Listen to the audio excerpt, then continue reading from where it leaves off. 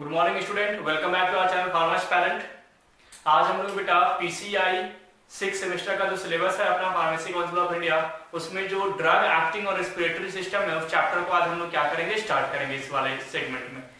अगर drug acting और respiratory system की बात करें बेटा तो वहां पर हमें दो टॉपिक पढ़ने हैं, ड्रग्स फॉर कफ और एक टॉपिक पढ़ना है वहां पर ड्रग्स फॉर अस्थमा, यानी एंटी एस्थेमेटिक ड्रग पढ़ना है और एक हमें क्या पढ़ना है बेटा, ड्रग्स फॉर कफ। दो सेगमेंट, दो चैप्टर हमें वहां पर क्या करना है, ड्रग फॉर रेस्पिरेटरी सिस्टम के लिए हमें क्या करनी है, स्टडी करनी है फार्माकोलॉजी के अंदर में। अगर हम बात करें बेटा ड्रग्स फॉर रेस्पिरेटरी सिस्टम तो मैं हमेशा आपको क्या बताता हूँ कि सबसे पहले हमें क्या पढ़ना है, अगर फार्माकोलॉजी पढ़नी है तो हमें सबसे पहले सिस्टम यानी कि हमें बायोलॉजी के बारे में नॉलेज होनी चाहिए, देन हम पैथोलॉजी पे आते हैं और पैथोलॉजी के बाद हम कहां पर मूव करते हैं, फार्माकोलॉजी पे मूव करते हैं। आज आपका सिलेबस भी वैसे ही है, आप प्रीवियस सेमेस्टर में आप पहले बायोलॉजी पढ़ते हो, देन आप पैथोलॉजी पढ़ते हो, उसके बाद आप कहां पर जाते हो, उसके बाद आप मूव करते हो फार्माकोलॉजी में। तो अगर हम बात करें बेटा रेस्पिरेटरी सिस्टम की तो आप बहुत पहले 10th क्लास या तो 11th-12th क्लास में आपने ह्यूमन फिजियोलॉजी में पढ़े होंगे कि रेस्पिरेटरी सिस्टम की अगर बात की जाए बेटा तो ये क्या है, एक ऑर्गन सिस्टम है जिसमें वेरियस ऑफ ऑर्गन्स क्या होते हैं, इससे कंसिस्ट होते हैं। जैसे कि नोज प्रेजेंट होता है,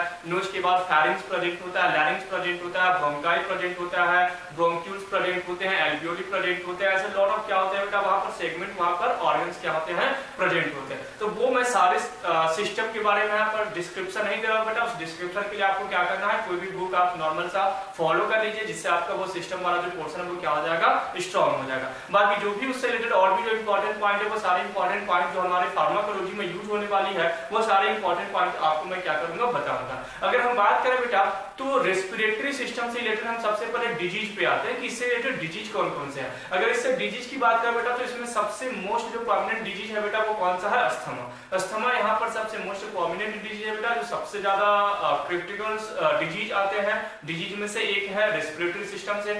अस्थमा की अगर हम बात करें बेटा तो अस्थमा के बाद वहां पर क्या है, सीओपीडी एक डिजीज है जो फार्माकोलॉजी में मेंशन किया गया है। सीओपीडी जो है बेटा कोरोनरी ऑब्स्ट्रक्टिव जो डिजीज है हमारी पल्मोनरी डिजीज है उससे रिलेटेड। एम्फाइसीमा के बारे में डिस्कस किया गया बेटा, एम्फाइसीमा में भी हमें वहां पर एल्वियोलर और ऑब्स्ट्रक्टिव एम्फाइसीमा के बारे में हमें डिस्कस करना है। और इसके अलावा कुछ वहां पे क्या है बेटा, कुछ एलर्जिक रिनाइटिस एलर्जिक कुछ रिएक्शंस हमें क्या करना है, डिस्कस करने हैं, जिसको हम हे फीवर भी कहते हैं। तो ये जो अस्थमा हो या सीओपीडी हो, चाहे वो एलर्जिक रिएक्शन जो है बेटा रेस्पिरेटरी सिस्टम से रिलेटेड, ये सारे के सारे जितने भी डिजीज हैं आपको एक पॉइंट याद रखना है कि सभी के सभी डिजीज कफ एसोसिएटेड है, यानी ये जितने भी डिजीज होंगे इन सब के पीछे एक ही रीजन होगा, वो रीजन क्या होगा बेटा, कफ होगा। आपको मैं फिर से बता दूं यहाँ पर रेस्पिरेटरी सिस्टम में मोस्टली जो डिजीज है बेटा, जो मोस्टली डिजीज है, हम दूसरी डिजीज की बात हटा दें, ट्यूबरकुलोसिस की बात हटा दें क्योंकि वो एंटी माइक्रोबियल में पढ़ना है, निमोनिया की बात हम हटा दें, डिप्थेरिया की बात अगर हम हटा दें, या तो रेस्पिरेटरी ट्यूमर की अगर हम बात करें, तो वो सब अलग चीजों को छोड़कर के जो मोस्टली जो डिजीज हमारे रेस्पिरेटरी सिस्टम में, चाहे वो अस्थमा हो, सीओपीडी हो, एम्फाइसीमा हो, या तो वो हे फीवर हो, या तो एलर्जिक रिएक्शन हो, इन सभी जितने भी डिजीज है बेटा, इन सभी डिजीज के पीछे जो रीजन है बेटा वो क्या है, कफ है। It means all disease are associated with kapha, यानी जितने भी डिजीज के मैंने एग्जांपल्स आपको अभी दिया, ये सभी के सभी डिजीज क्या है बेटा, तो कफ से एसोसिएटेड है, यानी कफ के कारण ही क्या होगा, ये सारी चीजें, ये सारी डिजीज हमारी बॉडी में क्या होगी, क्रिएट होगी, हमें क्या करेगी, नुकसान करेगी। तो अब हमारा सबसे इंपॉर्टेंट सेगमेंट क्या है कि हमें सबसे पहले यह समझना जरूरी है कि आखिर ये कफ का फॉर्मेशन कैसे होता है, कफ हमारे लिए प्रोडक्टिव है या नॉन प्रोडक्टिव है, प्रोटेक्टिव है या नॉन प्रोटेक्टिव है, कितने टाइप्स के कफ होते हैं, कफ का फॉर्मेशन कैसे होता है, कफ की इंपॉर्टेंस क्या है, इसकी डिसएडवांटेज क्या है, ये सारे कॉन्सेप्ट को हमें क्या करना होगा, समझना होगा। जब हम ये कफ के बारे में समझ लेंगे बेटा तो आपका रेस्पिरेटरी सिस्टम का जो कॉन्सेप्ट है, जो डिजीज वाला, वो कॉन्सेप्ट आपका ऑलमोस्ट क्या हो जाएगा, कंप्लीट हो जाएगा। और आपके फार्माकोलॉजी में दो ही चैप्टर है, एक ड्रग्स फॉर कफ और एक हो जाएगा ड्रग्स फॉर अस्थमा। दो चैप्टर्स हमें क्या करना है बेटा, इस सेगमेंट में, इस यूनिट में हमें क्या करना है, स्टडी करनी है। अगर हम कफ के बारे में डिस्कस करेंगे बेटा तो कफ के साथ ही ड्रग्स फॉर कफ भी हमारा क्या हो जाएगा, कंप्लीट हो जाएगा हमारा, यानी कि एक फार्माकोलॉजी का चैप्टर भी कंप्लीट हो जाएगा। और अगर कफ पे हमारा कमांड बहुत अच्छा होगा और अगर रेस्पिरेटरी सिस्टम के ऑर्गन्स पे हमें कमांड बहुत अच्छे होंगे तो अस्थमा भी हमें समझने में क्या हो जाएगा, आसानी हो जाएगी, यानी उसको भी हम इजीली क्या करेंगे, उन चीजों को समझ लेंगे। तो सबसे पहले बेटा हम लोग कहां पर आते हैं, रेस्पिरेटरी सिस्टम में कफ का जो फॉर्मेशन होता है उस कफ के बारे में जो भी इंफॉर्मेशन है, जो इंपॉर्टेंट हमारा इंफॉर्मेशन है, जो हमें फार्माकोलॉजी में हेल्प कर सकता है, वो सारे इंपॉर्टेंट सेगमेंट को हम लोग डिस्कस करना क्या करते हैं, स्टार्ट करते हैं। अभी मैंने बोर्ड पे बेटा यहाँ पर रेस्पिरेटरी सिस्टम के बारे में कुछ कॉन्सेप्ट लिखा है और इसी कॉन्सेप्ट के बेस पर मैं आपको कफ की फॉर्मेशन या तो कफ के बारे में जो भी इंफॉर्मेशन है उस इंफॉर्मेशन को मैं क्या करूंगा, आपको बताऊंगा, आपको दूंगा। अगर मैं बात करूं बेटा तो यहाँ पे मैंने लिखा है रेस्पिरेटरी सिस्टम, ऑब्वियसली क्योंकि हम लोग यूनिट पढ़ रहे हैं, वहां पर यूनिट का नाम क्या है, drugs acting on respiratory system, यानी वैसे ड्रग जो रेस्पिरेटरी सिस्टम पे एक्ट होते हैं उस ड्रग की हम क्या करने वाले हैं बेटा, स्टडी करने वाले हैं। और हम ड्रग्स क्यों पढ़ रहे हैं, क्योंकि रेस्पिरेटरी सिस्टम से रिलेटेड हमें कोई डिजीज हुई होगी, यानी कोई बीमारी हुई होगी, तब तो हमें ड्रग्स पढ़ने की जरूरत है, अदरवाइज हमें ड्रग्स की कोई रिक्वायरमेंट नहीं है। और अगर डिजीज की हम बात करें तो रेस्पिरेटरी सिस्टम में यहाँ पर कौन कौन से डिजीज है, तो या तो अस्थमा है, या तो सीओपीडी है, एम्फाइजिमा है, या तो हे फीवर, एलर्जिक रिएक्शंस है बेटा। और ये जितने के जितने डिजीज है सभी के सभी क्या है, कफ एसोसिएटेड है। तो सबसे पहले हम लोग आते हैं बेटा respiratory system. Actually respiratory system क्या बेटा, एयरवे। ये क्या प्रोवाइड करता है बेटा, ये रेस्पिरेटरी सिस्टम जो है ये एक्चुअली एयरवे प्रोवाइड करके देता है। एयरवे का मतलब है, एयर मतलब हवा, वे मतलब क्या हुआ, रास्ता, यानी जो हवा का आदान प्रदान है बेटा, यानी जो एयर का इनहेलेशन और एक्सहेलेशन जो होता है बेटा, इन दोनों प्रोसेस को ये क्या करता है बेटा, प्रोवाइड करता है, प्रोसीड करता है। तो यहाँ पे मैंने एक सिंपल सा पॉइंट लिखा, रेस्पिरेटरी सिस्टम एक्चुअली क्या है, एयर है। अच्छा, ये कॉन्सेप्ट को हमें समझना जो बहुत जरूरी है। इसी कॉन्सेप्ट से मैं आपको कहां पर लेकर के आऊंगा, कफ पे लेकर के आऊंगा, और उसके बाद हम कफ के सेगमेंट स्टार्ट करेंगे और ड्रग्स फॉर कफ भी अपन क्या करेंगे, स्टार्ट कर देंगे, पढ़ना स्टार्ट कर देंगे। अगर हम रेस्पिरेटरी सिस्टम की बात करें बेटा तो रेस्पिरेटरी सिस्टम क्या करता है, तो रेस्पिरेटरी सिस्टम सिंपली हमें याद रखना है कि ये प्रोवाइड करता है, क्या प्रोवाइड करता है भाई, तो एयर पे प्रोवाइड करता है। और एयर पे किसके किसके लिए भाई, तो ऑक्सीजन के लिए और CO2 के लिए। ऑक्सीजन को इनहेल करने के लिए यानी अंदर लेने के लिए, और CO2 को एक्सपेल करने के लिए यानी कि बाहर छोड़ने के लिए। यही दो चीजें ये क्या करता है बेटा, हमारी बॉडी में प्रोसीड करता है।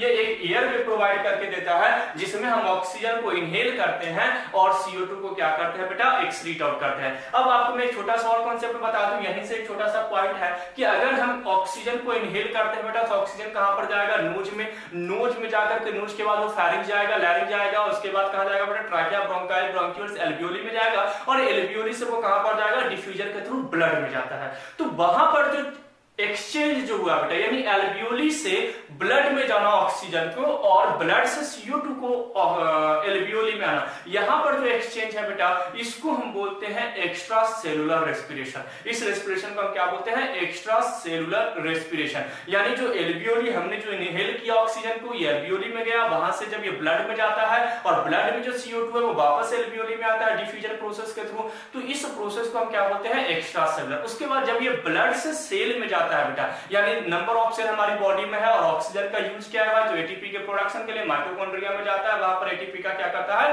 प्रोडक्शन करता है। बायोकेमिस्ट्री में आप लोगों ने पढ़ा होगा प्रीवियस सेमेस्टर में, या तो आपने 11th क्लास में जो रेस्पिरेशन ह्यूमन फिजियोलॉजी है उस चैप्टर में भी आपने उसको क्या किया होगा, डिस्कस किया होगा। तो माइटोकॉन्ड्रिया में ऑक्सीजन जाते हैं और वहां पर क्या करते हैं बेटा, एटीपी का प्रोडक्शन करते हैं। तो ब्लड से दूसरे सेल में जाने की प्रोसेस को हम क्या बोलते हैं, इंट्रासेलुलर रेस्पिरेशन। यानी जो रेस्पिरेशन प्रोसेस है बेटा ये टोटल 2 टाइप्स के होते हैं, extra cellular and intracellular. Extra cellular का मतलब क्या हुआ भाई, तो transfer of oxygen from alveoli to blood से, दैट इज एक्स्ट्रा सेलुलर। और इंट्रासेलुलर मींस क्या होता है बेटा, तो transfer of oxygen from blood cell to another cell, that is known as intracellular respiration. तो इंट्रासेलुलर रेस्पिरेशन एक्चुअली में क्या करता है, एटीपी का प्रोडक्शन करता है, और एक्स्ट्रा सेलुलर रेस्पिरेशन केवल और केवल ट्रांसफॉर्मेशंस के लिए, यानी कि ऑक्सीजन को ट्रांसफर करने के लिए और CO2 को एक्सपेल आउट करने के लिए क्या होते हैं, रिस्पांसिबल होते हैं। ये छोटा सा मैंने आपको मेमोरी क्या कर दिया, रिकॉल करा दिया, जो आपने प्रीवियस सेमेस्टर में या तो प्रीवियस क्लासेस में आपने क्या होगा, कहीं ना कहीं स्टडी किए होंगे। इससे ज्यादा और भी जो कॉन्सेप्ट है बेटा वो आपको बायोकेमिस्ट्री में आपके जो रिस्पेक्टेड टीचर्स होंगे वो आपको उस कॉन्सेप्ट को, आपको जो क्रेब्स साइकिल कॉन्सेप्ट है उसमें उस कॉन्सेप्ट को आपको क्या करेंगे, अच्छे से क्लियर करेंगे। फिलहाल हम लोगों ने क्या देखा बेटा, तो रेस्पिरेटरी सिस्टम प्रोवाइड करता है एयर, और एयर वे की अगर हम बात करें बेटा तो हमारी बॉडी में टोटल 2 एयर वे है बेटा, एक है अपर एयर वे और एक है लोअर एयर वे। हमारी बॉडी में अगर हम एयर वे की बात करें तो एयर वे को हमने 2 सेगमेंट में यहाँ पर डिवाइड किया बेटा, एक है हमारा अपर एयर वे और एक है हमारा लोअर एयर वे। अपर एयर वे की बात करें बेटा तो यहाँ पर नोज, फेरिंक्स, लैरिंक्स, ट्रैकिया आते हैं। क्या क्या आता है बेटा? नोज, फेरिंग्स, लैरिंग्स, ट्रैकिया आता है, और लोअर एयरवे के अंदर में क्या आता है बेटा? Bronchi and alveoli. चलिए मैं यहाँ पर एक पार्टीशन दे देता हूँ। ये पार्टीशन मैंने बीच में दे दिया बेटा। पार्टीशन के अगर हम बात करें बेटा, तो पार्टीशन के इस साइड क्या है बेटा? अपर एयरवे, और इस साइड क्या है? Lower airway. आप चाहो तो एक छोटा सा डायग्राम भी बना सकते हो, आपने डायग्राम भी बनाया होगा इस टाइप से। तो ये हमारी क्या है बेटा? अगर हम बात करें तो यहाँ से हमारी नोज आती है, फेरिंग्स हो गया, देन हमारा क्या आता है बेटा? लैरिंग्स आता है, देन हमारा क्या आता है? ट्रैकिया, देन ब्रोंकाई, और ब्रोंकाई से क्या आता है बेटा? ब्रोंक्यूल्स आते हैं, बहुत सारे ब्रोंक्यूल्स का फॉर्मेशन होगा, ब्रोंकाई से ब्रोंक्यूलस का फॉर्मेशन होगा। और उसके बाद यहाँ पर क्या कनेक्टेड होते हैं बेटा? एल्वियोली कनेक्टेड होते हैं। इस टाइप से क्या होते हैं? एल्वियोली कनेक्टेड होते हैं। यही एक सिंपल सा मैंने आपको क्या बताया बेटा? एक सिंपल सा अपन क्या देख रहे हैं? एक सिंपल सा अपन डायग्राम देख रहे हैं। किसका भाई? तो अपना रेस्पिरेटरी सिस्टम का। तो ये क्या हो गया बेटा? नोज है, नोज के बाद फेरिंज है, देन लैरिंज है, देन ट्रैकिया है, ब्रोंकाई है, ब्रोंक्यूल्स है, और एल्वियोली प्रोजेक्ट है। आपने रेस्पिरेटरी सिस्टम में अपने ऑर्गन्स को अच्छे से डिस्कस किया होगा। तो उसी कॉन्सेप्ट को मैं लेकर के आ रहा हूं। तो यहाँ पर जो एयर वे हमने जो रेस्पिरेटरी सिस्टम को बोला है कि एक्चुअली में ये एयर वे है, यानी कि एक रास्ता प्रोवाइड करता है एयर को। तो वो एयर वे एक्चुअली टोटल कितने पार्ट में डिवाइड है? 2 पार्ट में। एक है अपर एयर वे और एक है लोअर एयर वे। यानी ब्रोंकाई के ऊपर जो भी चीजें है वो अपर एयर वे। अगर हम इस ब्रोंकाई की बात करें कि ये ब्रोंकाई है, तो इसके ऊपर जो भी है बेटा वो क्या है भाई? अपर एयर वे है, और इसके नीचे जो भी है वो क्या है भाई? लोअर एयर वे है। यानी ब्रोंकाई के नीचे जो भी है वो लोअर एयर वे है, और ब्रोंकाई के ऊपर जो भी है वो क्या है बेटा? अपर एयर वे के अंडर में आते हैं। अब नेक्स्ट छोटा सा पॉइंट मैं आपको कॉन्सेप्ट समझाता हूं। यहां तक पॉइंट क्लियर हो गया? नोज है, नोज के बाद फेरिंग्स, फेरिंग्स लैरिंग्स, लैरिंग्स के बाद ट्रैकिया। ये सभी के सभी क्या है बेटा? अपर एयर वे। जब भी मैं अपर एयर वे के बारे में डिस्कस करूंगा, इट मींस मैं नोज, फेरिंग्स, लैरिंग्स और ट्रैकिया के बारे में डिस्कस कर रहा हूं। और जब भी मैं लोअर एयर वे की बात करूंगा, इट मींस मैं ब्रोंकाई, ब्रोंक्यूल्स और एल्वियोली के बारे में मैं क्या कर रहा हूं भाई? डिस्कस कर रहा हूं। इस पॉइंट को आपको अच्छे से क्या करना है? याद रखना है। अब मान के चलो हमने ऑक्सीजन को इनहेल किया, हमने ऑक्सीजन को क्या किया भाई? इनहेल किया। यानी हमने क्या किया बेटा? तो हमने लिया एयर, और एयर का मतलब क्या है? ऑक्सीजन। और ऑक्सीजन के साथ साथ हमने क्या ले लिया भाई? Foreign particle. क्योंकि जरूरी तो नहीं है कि जो ऑक्सीजन हम इनहेल कर रहे हैं, जो एयर को हम इनहेल कर रहे हैं, वो एयर प्योर ही हो सकता है वहां पर और भी कुछ फॉरेन पार्टिकल्स, बैक्टीरिया, वायरस या तो कुछ अदर्स ऑर्गेनिज्म वहां पर, या तो पॉल्यूटेंट्स जो है वो क्या होंगे बेटा? वहां पर प्रेजेंट होंगे, उस एयर के साथ क्या होंगे? प्रेजेंट होंगे। तो हमने जैसे ही ऑक्सीजन को इनहेल किया, तो उस ऑक्सीजन के साथ क्या होता है बेटा? उस ऑक्सीजन के साथ जैसे ही हमने नोज में, यानी जैसे ही इस एयर को हमने इनहेल किया बेटा, कहां पर भाई? नोज में। हमने जैसे ही इसको इनहेल किया, तो नोज में अगर हम बात करें बेटा, तो नोज में एयर के साथ साथ फॉरेन पार्टिकल्स भी अंदर आ गए। पॉइंट समझ में आ गया? अभी अपन केवल और केवल नोज की बात कर रहे हैं, मैं इस सेगमेंट की बात कर रहा हूं। जैसे ही हम एयर को इनहेल कर रहे हैं, तो नोज में क्या आ गया भाई? ऑक्सीजन भी आ गया, और ऑक्सीजन के साथ साथ कुछ फॉरेन पार्टिकल्स भी आ गए, जो हमारे लिए क्या है? हार्मफुल है। अब होता क्या है कि नोज में 2 चीजें प्रेजेंट होती है, नेसल हेयर और क्या प्रेजेंट होता है? नेसल म्यूकोसा। यहाँ पर एक म्यूकोसा मेम्ब्रेन है जो फ्लूइड प्रोवाइड करती है, स्मूथनेस प्रोवाइड करती है, स्मूथनेस प्रोवाइड करके देती है। आगे म्यूकोसा का, म्यूकस मेम्ब्रेन का बहुत बड़ा रोल है। स्थमा में मैं आपको बताऊंगा कि वहां पर म्यूकस सेक्रीशन ही बहुत ज्यादा हो जाते हैं, तो वो वहां पर मैं उस केस को अच्छे से क्लियर करूंगा। फिलहाल हम लोग यहाँ पर समझते हैं बेटा कि जो नोज है, नोज में नेजल हेयर है, और क्या प्रेजेंट है बेटा? नेजल म्यूकोसा है। इस नोज के अंदर अगर हम बात करें बेटा, तो इसमें नेजल छोटे छोटे हेयर्स प्रेजेंट होते हैं, और क्या प्रेजेंट है बेटा? म्यूकस प्रेजेंट है, नेजल म्यूकोसा प्रेजेंट है। इन दोनों का काम क्या है? इन दोनों का एक ही काम है कि जो एयर आ रहा है, उस एयर को फिल्टर करना है। क्योंकि देखो, बॉडी जो हमारी गॉड गिफ्टेड बनाई गई है, वो बहुत सोच समझ करके बनाई गई है। हम जब एयर खोलेंगे, तो ऑब्वियसली उस यहाँ पर जो कैविटी प्रेजेंट है, जो ओपनिंग प्रेजेंट है, तो उस एयर के थ्रू माइक्रोब्स क्या हो सकता है? हमारी बॉडी में इंटर कर सकते हैं। तो उसके लिए नोज के पास क्या प्रेजेंट है? हेयर प्रेजेंट है, और क्या प्रेजेंट है बेटा? म्यूकोसा प्रेजेंट है, जो दोनों मिलकर के क्या करता है? एयर को ट्रैप करता है, उसको वहां पर फिल्टर करता है, और जो प्योर एयर है बेटा, उस प्योर एयर को अंदर जाने देगा, और जो इम्प्योर एयर है बेटा, उसको वहीं पर ट्रैप करके क्या करेगा? रोकेगा, उसको प्रिवेंट करेगा। यानी जो जो फॉरेन पार्टिकल्स था, जो यहाँ पर पॉल्यूटेंट पार्टिकल्स थे, वो सारे पार्टिकल्स को क्या करेगा? वहीं पर एक बैरियर के रूप में प्रेजेंट रहेगा, और उसको क्या करेगा बेटा? ट्रैप करके वहीं पर उसको क्या करेगा? रोकेगा। तो यहाँ पर मैंने क्या देखा कि जैसे ही हमने इनहेल किया, तो नेसल हेयर और नेजल म्यूकोसा क्या करता है बेटा? तो फॉरेन पार्टिकल्स को क्या कर दिया? ट्रैप किया, और ट्रैप करने के बाद अब उसको एक्सपेल भी करेगा। ऑब्वियसली जब यहाँ पर बहुत सारे फॉरेन पार्टिकल्स पार्टिकल्स इकट्ठा हो जाएंगे तो नोज क्या करेगा भाई फॉरेन पार्टिकल्स को, तो नोज कहेगा कि भाई अब हमारे एरिया से तुम बाहर चले जाओ। तो एक्सपेल करने के लिए इस नेसल म्यूकोसा के अंदर थोड़ा सा इरिटेशन होता है। क्या होता है? हल्का सा इरिटेशन होता है,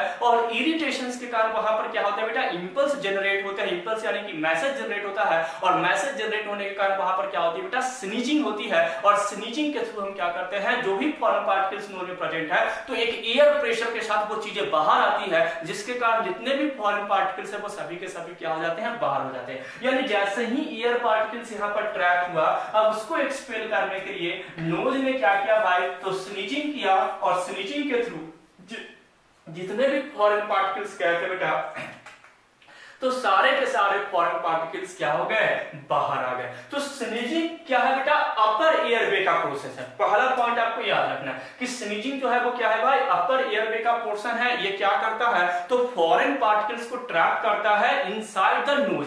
नोज के अंदर अभी हम नहीं गए, हम फैरिंज, लैरिंज, ट्रैकिया की बात नहीं कर रहे हैं, अभी हम केवल नोज की बात कर रहे हैं। नोज में ये क्या करता है भाई, एयर के साथ जो भी मिक्सअप होकर के फॉरेन पार्टिकल्स आता है उसको ये क्या करता है बेटा, उसको ये ट्रैप करता है, और उसके बाद क्या करता है, स्नीजिंग के फॉर्म में इसको बाहर करता है। पहली पॉइंट तो आपको क्या हो गया, क्लियर हो गया। अब सुनना केस नंबर 2। फर्स्ट केस हुआ कि फॉरेन पार्टिकल्स आया, हमने स्नीजिंग करके उसको बाहर कर दिया। केस नंबर 2 है कि जरूरी नहीं है कि सारे का सारा फॉरेन पार्टिकल्स यहाँ पर ट्रैप हो जाए। जरूरी नहीं है कि जो हमारा म्यूकोसा है, नेजल म्यूकोसा जो है, या नेसल जो हेयर्स है, नॉस्ट्रिल्स जो प्रेजेंट है, वो जरूरी नहीं है कि सारे के सारे फॉरेन पार्टिकल्स को क्या कर दे भाई, वहां पर ट्रैप कर ले। कुछ ऐसे भी फॉरेन पार्टिकल्स हैं जो नेसल हेयर को और नेसल म्यूकोसा को क्रॉस करते हुए कहां पे पहुंच जाते हैं, फैरिंज, लैरिंग्स और ट्रैकिया में चले जाते हैं। यानी कि हमारा जो मेन बैरियर था, एक फिल्टरेशन जो पैनल था, जो फिल्टरेशन यूनिट था, वो फिल्टरेशन यूनिट हमारा क्या हो गया भाई, यहां पर फेल हो गया, वहां पे अनकैपेबल हो गया, ये फॉरेन पार्टिकल्स को ट्रैप नहीं कर पाए। तो अब नेक्स्ट सीन क्या होगा भाई, पहले सीन में तो क्या था भाई कि इसने ट्रैप किया और इसको स्नीजिंग करके बाहर कर दिया, हमें कोई नुकसान नहीं हुआ, बॉडी को कोई भी एलर्जिक रिएक्शन से आप या तो कोई भी डिजीज देखने को नहीं मिली। लेकिन इन केस अगर ये नोज को क्रॉस कर जाता है, नेसल हेयर को क्रॉस कर जाता है, ये हमारे म्यूकोसा को क्रॉस कर जाता है, उस केस में क्या होगा बेटा, तो if foreign particles inter in upper airway. अब फॉरेन पार्टिकल्स अपर एयरवे का मतलब है कि अब फॉरेन पार्टिकल्स फैरिंज में गया, लैरिंज में गया, और कहां पे चला गया, ट्रैकिया में। यानी अब जो हमारा फॉरेन पार्टिकल्स है, अब इस नोज के थ्रू, नोज को क्रॉस करते हुए कहां पे आ गया बेटा, हमारे ट्रैकिया तक आ गया। अब जैसे ही ट्रैकिया में आता है बेटा, तो उसका काम क्या है भाई, फॉरेन पार्टिकल जैसे ही आएगा तो बॉडी में इरिटेशन होगी, जैसे नोज में इरिटेशन हो रहा था तो स्नीजिंग के थ्रू बाहर कर रहे थे, अब क्या हो गया भाई, तो अब वो कहां पे चला गया, तो ट्रैकिया वाले रीजन में हो गया। तो अब ट्रैकिया के अंदर जो फैरिंज, लैरिंज और ट्रैकिया बेटा, उसके अंदर क्या होना शुरू हो जाएगा, इरिटेशन। अब उसके अंदर इरिटेशन शुरू होगा तो एक इंपल्स बनेगा, एक मैसेज बनेगा, अपने नर्वस सिस्टम में पड़ा होगा कि सारा का सारा रोल जो है बेटा, वो जो कंट्रोल प्रोसेस है, वो सारा कंट्रोल प्रोसेस कौन करता है भाई, तो कंट्रोल प्रोसेस के लिए हमारा कौन रिस्पॉन्सिबल होता है, तो कंट्रोल प्रोसेस के लिए हमारा जो नर्वस है, नर्वस सिस्टम है, वही रिस्पॉन्सिबल होते हैं, न्यूरॉन्स रिस्पॉन्सिबल होते हैं। तो जैसे ही यहां पे जाएगा बेटा, इरिटेशन जब यहां पर होना स्टार्ट होगा, यानी अपर एयरवे की फैरिंज, लैरिंग्स और ट्रैकिया वाले रीजन में जब यहां पर आपको इरिटेशन होना स्टार्ट होगा, तो ये एक मैसेज जनरेट करेगा, एक इंपल्स जनरेट करेगा, और इंपल्स जनरेट करके किसको सेंड करेगा, लोअर एयरवे को, कि भाई अपर एयरवे के साथ कुछ ना कुछ क्या हो रही है, प्रॉब्लम। जैसे मान के चलो आप किसी रूट में जा रहे हो और किसी रूट के थ्रू आप मूव कर रहे हो, और आपको आपने एफएम सुनते हुए गए, एफएम में बता दिया गया कि आप सामने वाले चौराहे पे जाओगे तो बहुत ज्यादा रश है, बहुत ज्यादा क्राउड है, बहुत ज्यादा वहां पर क्या है, ट्रैफिक है। तो आप क्या सोचोगे भाई कि मैं अलग रास्ते से चले जाऊं, या तो आप सामने वाले को बता दोगे। जैसे रेडियो मुंशी वाले ने देखा कि वहां पर क्रश है, वहां पर बहुत रश है, सॉरी वहां पे बहुत रश है, वहां पे बहुत क्राउड है, तो पहले इंफॉर्मेशन सेंड कर देता है ताकि जो लोग हैं वो दूसरे रास्ते से क्या हो जाए, निकल जाए। तो जैसे ही अपर एयरवे के पास जाएगा तो अपर एयरवे लोअर एयरवे को क्या करता है, एक सिग्नल सेंड करता है कि भाई कुछ फॉरेन पार्टिकल्स हमारी बॉडी में आ गई है और वो हमें अब हार्म करने वाली है। यानी कि एक स्टिमुलेशन होगा, यहाँ पे नर्व स्टिमुलेट होगा, यानी कि नर्व एक्टिवेट होगा, और एक इंपल्स सेंड करेगा किसको भाई, लोअर एयरवे को। किसको सेंड करेगा बेटा, लोअर एयरवे को। और मैं आपको बता दूं, lower airway is more sensitive then upper airway. अगर हम फॉरेन पार्टिकल्स की बात करें, अगर फॉरेन पार्टिकल्स अपर एयरवे में है तो अगर मानकर चलो इरिटेशन कॉज कर रहा है, और जैसे ही वो फॉरेन पार्टिकल्स लोअर एयरवे यानी ब्रोंकाई, ब्रोंक्यूल्स और एल्वियोली के अंदर में आएगा, तो वहां पे डबल ट्रिपल इरिटेशंस का उसका रेट हो जाएगा। यानी ज्यादा सेंसिटिव क्या है हमारा, लोअर एयरवे। तो जैसे ही ही इंपल्स यानी जैसे ही मैसेज लोअर एयरवे के पास गया तो लोअर एयरवे में कहां पर गया भाई, ब्रोंकाई में। तो ब्रोंकाई में जैसे ही मैसेज गया तो जो हमारा कफ सेंटर ब्रेन में हमारा प्रेजेंट है बेटा, वो कफ सेंटर क्या करता है, एक वहां से मोटर न्यूरॉन्स सेंड करेगा। यहां से इंपल्स कौन लेकर के जा रहा है भाई, सेंसरी न्यूरॉन्स। कहां पर लेकर के गया, ब्रोंकाई में। ब्रोंकाई ने रिसेप्टर को भेजा, रिसेप्टर से कहां पर गया भाई, तो सेंट्रल नर्वस सिस्टम में। सेंट्रल नर्वस सिस्टम में क्या है, तो कफ सेंटर प्रेजेंट है। उस कफ सेंटर ने क्या किया भाई, तो वहां से मोटर न्यूरॉन्स को सेंड किया और उसने सडन वहां पर क्या कराता है, तो सडन ब्रोंकाई को क्या करता है, कॉन्स्ट्रिक्ट करता है। और ब्रोंकाई की कॉन्स्ट्रिक्शन के लिए कौन रिस्पांसिबल होगा, obviously acetyl choline. Acetyl choline bronchi पे प्रेजेंट होता है बेटा, मैंने आपको बताया था या आपने प्रीवियस सेमेस्टर में पढ़ा होगा ड्रग एक्टिंग और एएनएस में कि एसिटाइल कोलिन का जो मस्कुरेनिक रिसेप्टर होता है वो कहां पे प्रेजेंट होता है, ब्रोंकाई में प्रेजेंट होता है। और ब्रोंकाई में वो क्या करता है भाई, तो ब्रोंको कॉन्स्ट्रिक्शन के लिए रिस्पांसिबल होता है। तो जैसे ही ये इंपल्स जाएगा ब्रोंकाई में, ब्रोंकाई कॉन्स्ट्रिक्ट होगा, यानी जो ब्रोंकाई है हमारे अंदर वो कॉन्स्ट्रिक्ट होगा। और कॉन्स्ट्रिक्ट होने के कारण वहां पर एक प्रेशर रिलीज होगा बेटा। जैसे ही मान के चलो एक बलून है, बलून में एयर भरा हुआ है और जैसे ही हम बलून को पुश करेंगे, उसको कॉन्स्ट्रिक्ट करेंगे, उसको दबाएंगे तो सारा का सारा एयर वहां से क्या हो जाएगा, ब्लास्ट के फॉर्म में बाहर निकल जाएगा। पॉइंट क्लियर है। तो वैसे ही ब्रोंकाई में जैसे ही ब्रोंको कॉन्स्ट्रिक्शन होता है तो जितने भी एयर प्रेजेंट थे ब्रोंकाई में, तो ब्रोंकाई ने उन सारे एयर्स को क्या किया, रिलीज किया। और रिलीज किया तो वो जो एयर है बेटा, जो भी चीजें यहां तक जो लोअर एयरवे से अपर एयरवे में जो भी फॉरेन पार्टिकल्स होगी, वो सारे के सारे फॉरेन पार्टिकल्स एज अ कफ वो क्या होगा, बॉडी से बाहर रिलीज होगा। तो वही पॉइंट है, जैसे ही लोअर एयरवे में जाएगा which is more sensitive to upper airway, bronchi में इसने क्या करवाया बेटा, ब्रोंको कॉन्स्ट्रिक्शन। और ब्रोंको कॉन्स्ट्रिक्शन के कारण क्या हुआ, एक्सपेल फॉरेन पार्टिकल्स। जो भी फॉरेन पार्टिकल्स है वो ब्रोंको कॉन्स्ट्रिक्शन होने के कारण एयर के साथ वो पार्टिकल्स क्या हो जाते हैं, बाहर हो जाते हैं। और वो बाहर किसके फॉर्म में होंगे बेटे, तो ये बाहर होंगे कफ के फॉर्म में। किसके फॉर्म में होगा, कफ के फॉर्म में होगा। तो पॉइंट समझना, यहां पर मैंने दो पॉइंट के बारे में इस वाले क्लास में मैंने आपको बताया। एक तो मैंने स्नीजिंग के बारे में बताया और एक मैंने आपको कफ के बारे में बताया। एक मैंने किसके बारे में बताया बेटा, स्नीजिंग के बारे में, और सेकंड मैंने आपको किसके बारे में बताया, कफ के बारे में। स्नीजिंग किससे रिलेटेड है बेटा, तो अपर एयरवे से रिलेटेड प्रोसेस है, जो फॉरेन पार्टिकल्स को क्या करता है, एक्सपेल आउट करता है। जबकि कफ जो है बेटा वो लोअर एयरवे से रिलेटेड है। ये लोअर एयरवे में क्या करता है बेटा, तो फॉरेन पार्टिकल्स को क्या करता है, एक्सपेल करता है। अब सुनना, अगर ये कफ नहीं बनता, अगर ये कफ का फॉर्मेशन नहीं होता, अगर हम कफिंग नहीं करवाते, अगर हम फॉरेन पार्टिकल्स को एक्सपेल नहीं करते, उसको बाहर नहीं करते, तो उस केस में ये फॉरेन पार्टिकल्स हमें क्या करता है बेटा, हमारी बॉडी में डिजीज कॉज करने के लिए क्या होता है, रिस्पॉन्सिबल हो जाता है। तो अगर हम देखें ये जो कफ बाहर आया है तो वो कफ हमारे लिए क्या हो गया, प्रोटेक्टिव हो गया। क्योंकि कफ बाहर आया तो साथ में फॉरेन पार्टिकल्स को बाहर लेकर के आया है। अगर ये बाहर नहीं आता तो फॉरेन पार्टिकल्स हमारी बॉडी के अंदर ही आ जाती है और वो फॉरेन पार्टिकल्स हमारी बॉडी में क्या करती है बेटा, डिफरेंट टाइप ऑफ डिजीज को क्या करती, कॉज करती। यानी अगर हम कफ की बात करें बेटा तो एक छोटा सा पॉइंट आपको याद रखना है कि जो कफ होते हैं बेटा ये एक्चुअली में क्या होते हैं, प्रोटेक्टिव होते हैं। क्या होते हैं, प्रोटेक्टिव होते हैं। और सेकेंड क्या है भाई, तो ये क्या है भाई, प्रोडक्टिव है। ये प्रोड्यूस्ड होते हैं, बॉडी में क्या होते हैं भाई, ये बनते हैं। तो कफ की अगर बात करें बेटा तो कफ की दो प्रॉपर्टी है, it is protective and it is productive in nature. ये प्रोडक्टिव होता है और प्रोटेक्टिव होता है। अब आप कहोगे कि सर अगर ये कफ प्रोटेक्टिव है तो ये डिजीज कॉज क्यों करेगा। अगर कफ हमारे लिए हेल्पफुल है, अगर कफ हमारे लिए बहुत फायदेमंद है, तो ये कफ हमें डिजीज कैसे कॉज करेगा। अभी मैंने जब वीडियो को स्टार्ट किया, इस क्लास को स्टार्ट किया, तो आपने क्या देखा होगा कि मैं बताया होगा कि जितने भी डिजीज हैं, चाहे वो अस्थमा हो, चाहे वो सीओपीडी हो, एम्फाइजिमा हो या हे फीवर हो या तो रिनाइटिस, एलर्जी,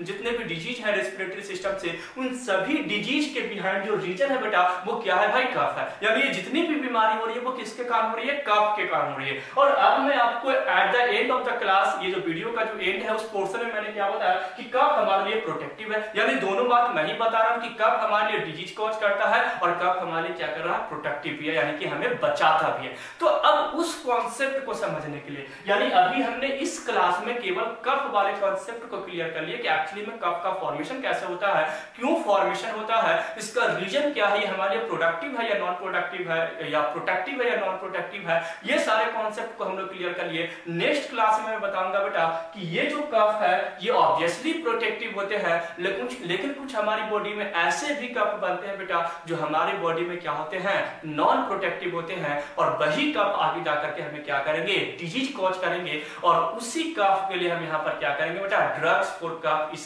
फार्माकोलॉजी में एक चैप्टर को क्या करेंगे, कंप्लीट करेंगे। तो नेक्स्ट सेगमेंट में हम लोग बेटा ये जो कफ है, इस कफ के टाइप्स को पढ़ेंगे और टाइप्स के बेस पर मैं कफ को आपको बहुत ही इजी वे में समझा दूंगा और वहीं से आपका फार्माकोलॉजी का मैक्सिमम जो पोर्शन है यानी मैकेनिज्म ऑफ एक्शन, जो ट्रीटमेंट अप्रोच है, वो ट्रीटमेंट अप्रोच आ जाएगी और वहां पे आपको फार्माकोलॉजी क्या हो जाएगा, कंप्लीट हो जाएगा। तो नेक्स्ट वीडियो में मिलते हैं बेटा, तब तक आप हमारे चैनल्स को सब्सक्राइब कर लीजिए ताकि जब भी मैं नेक्स्ट वीडियो बनाऊं तो उसका नोटिफिकेशन आप तक चली जाए। Thanks for watching pharma aspirant.